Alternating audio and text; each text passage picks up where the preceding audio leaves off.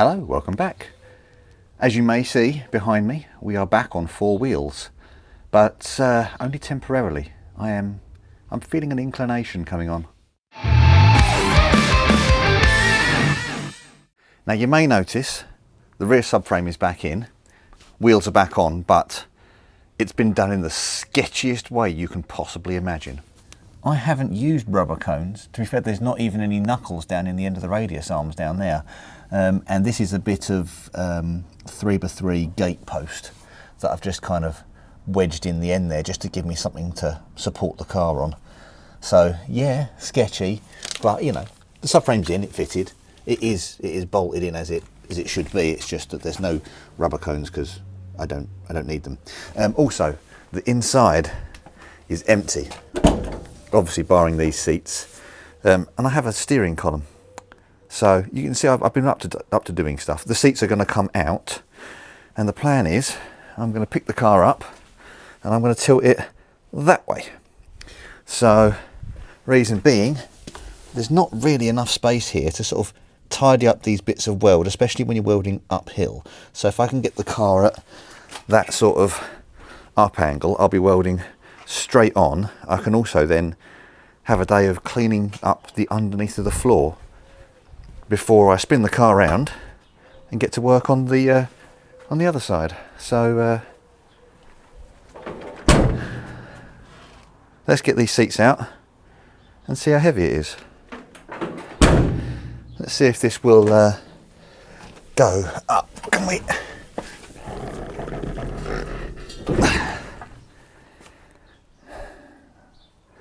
I'm going to need some help here.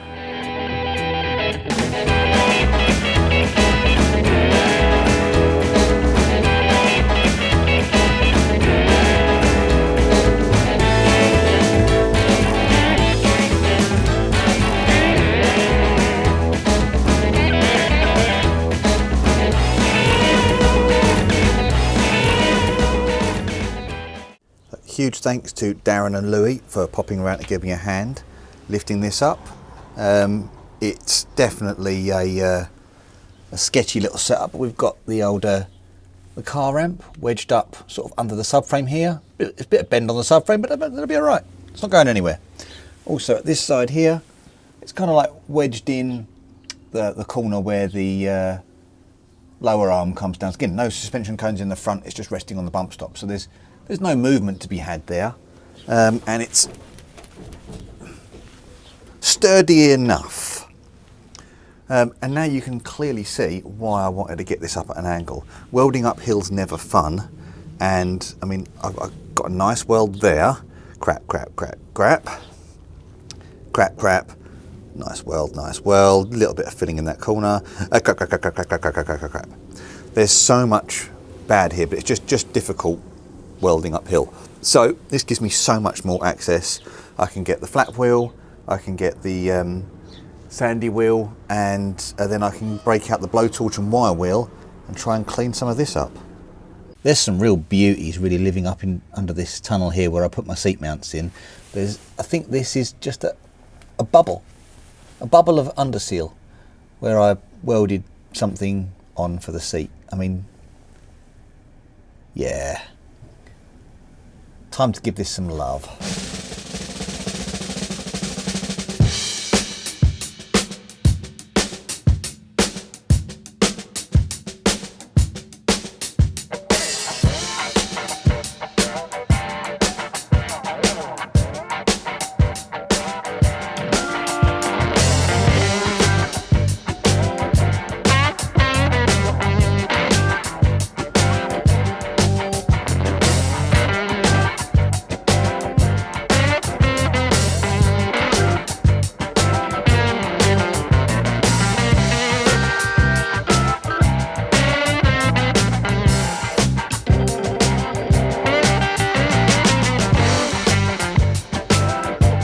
These have cleaned up really well.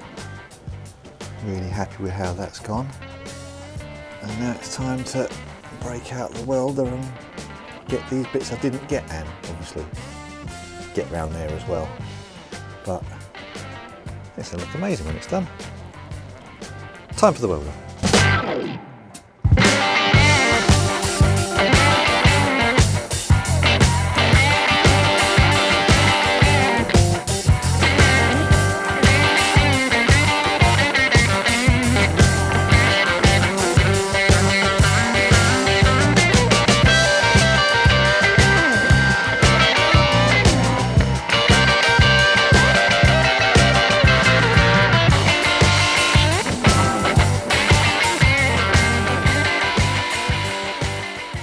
I feel absolutely filthy and disgusting.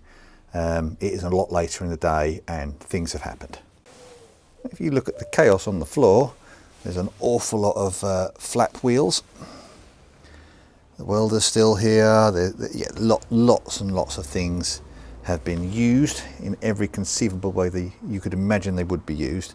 And the bottom of the car now looks a little bit like this. So after I welded all these little blips and bips up here, I flattened them off, and the day was getting away. I needed to stop filming and just start cracking on, and so I did.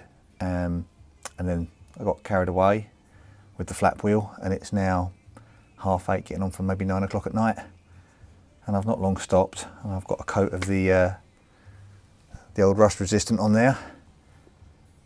There's a couple of little things I've still got to do, but what an afternoon this has been. So starting from the top, obviously I did weld all the way around that. There's a tiny little pinhole on those two fittings there, but I'll get that on the next time I get the welder out, because I've got to stop today. It's getting way too late. But how much better does that look once it's been welded and flatted? Almost like it's meant to be there. I then went down and I took off any unwanted tangs on this bit of floor here, and I took off the little crease along here for the old battery cable, because I'm going to be running mine elsewhere. And then I kind of got underneath and started investigating all the bubbles in the underseal. Now I haven't carried on. I got to this point here, dealt with the battery cable being thing, and I've stopped. So I will be carrying on at some point on AN other day, probably in the week, because I've got a busy day tomorrow. But as for a progress update, this one's pretty good. If you've continued watching long enough to get to this part of the video, I really do thank you. Down in that corner down there is the thumbs up. Give it a smash. If you're not a subscriber, hit the button to follow along. If you've got any tips or pointers or things I've missed, or you're worried I'm not going to do something, chuck it in the comments. If you're enjoying the project, let me know. If you want me to change something, throw it in the comments, let me know, and I'll let you get back to the fun.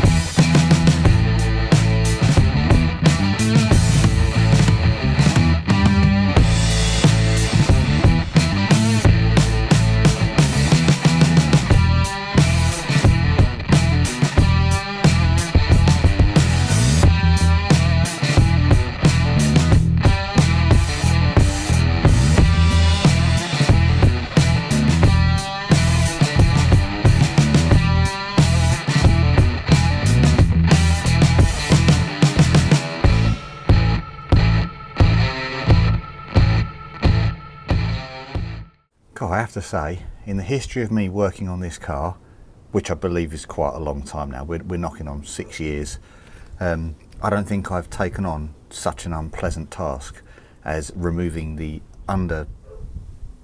whatever you want to call it, under seal, the spray on sticky stuff that's supposed to preserve the life of the car, that, you know, lets water underneath and makes it go rusty so you can't see the rust until it's dead.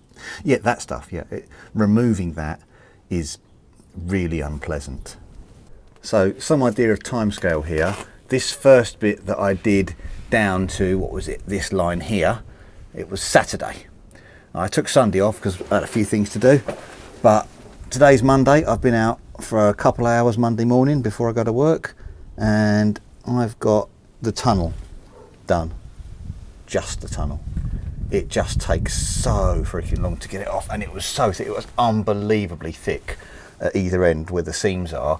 I mean, it didn't need to be as thick as that. It was like a chunk. I don't know if you can see the sheer amount of stuff. I mean, it's piles and piles of it. So I'll have a little sweep up once the paint's dried a bit more, because it's a little tacky in places. But yes, I have got an ugly patch to fix here where I put my seat mount in. So that's a little repair patch I've got to figure out here. There'll be another one back here where this seat mount went in.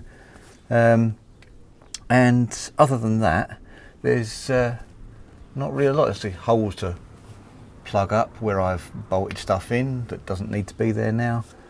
That most of them, there's a couple here that will be from underneath, but most will be from inside anyway. And I'll just flat them off before I chuck some paint on it. But if it's just those little couple of bits, I don't mind it so much. So yeah, sit rep Monday is this. Let's fast forward to Tuesday. It's Tuesday morning. I've got half a clue, a third of a plan, 2/3 of motivation, and a cup of coffee. Yeah, I've got to take the rest of that off, haven't I? Oh, what did they say in Blues Brothers? It's dark and we're wearing sunglasses. Hit it. That.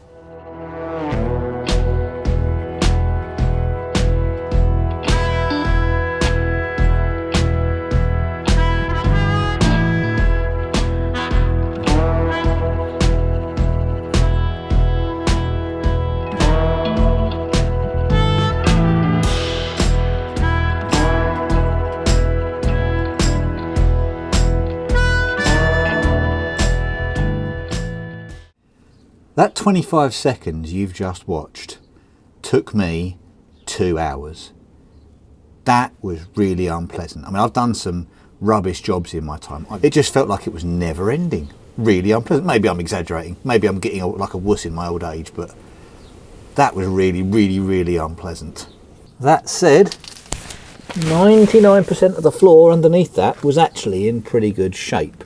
You've got places where it wasn't so good, where water had got underneath it, but actually, yeah, majority of the floor is good. So there is only a couple of patches to do in the tunnel, and I can do them from the inside and just touch the paint up afterwards. But I mean, I managed to get all the way down to more or less the sill on the other side. I just couldn't quite fit the angle grinder in. There's no more of it there because obviously I ground that off to do the sill last time.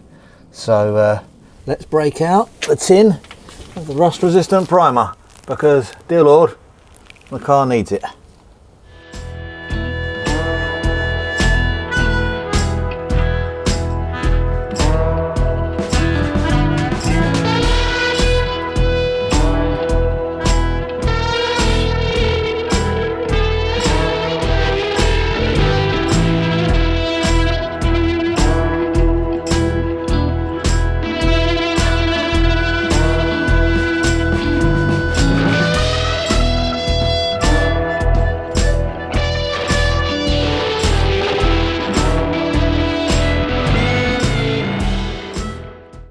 I've got to be honest, when I started this project back in, what was it, 2019, I never for 1 second expected the underneath of my floor, or to be fair, the underneath of the car at all, to look this good.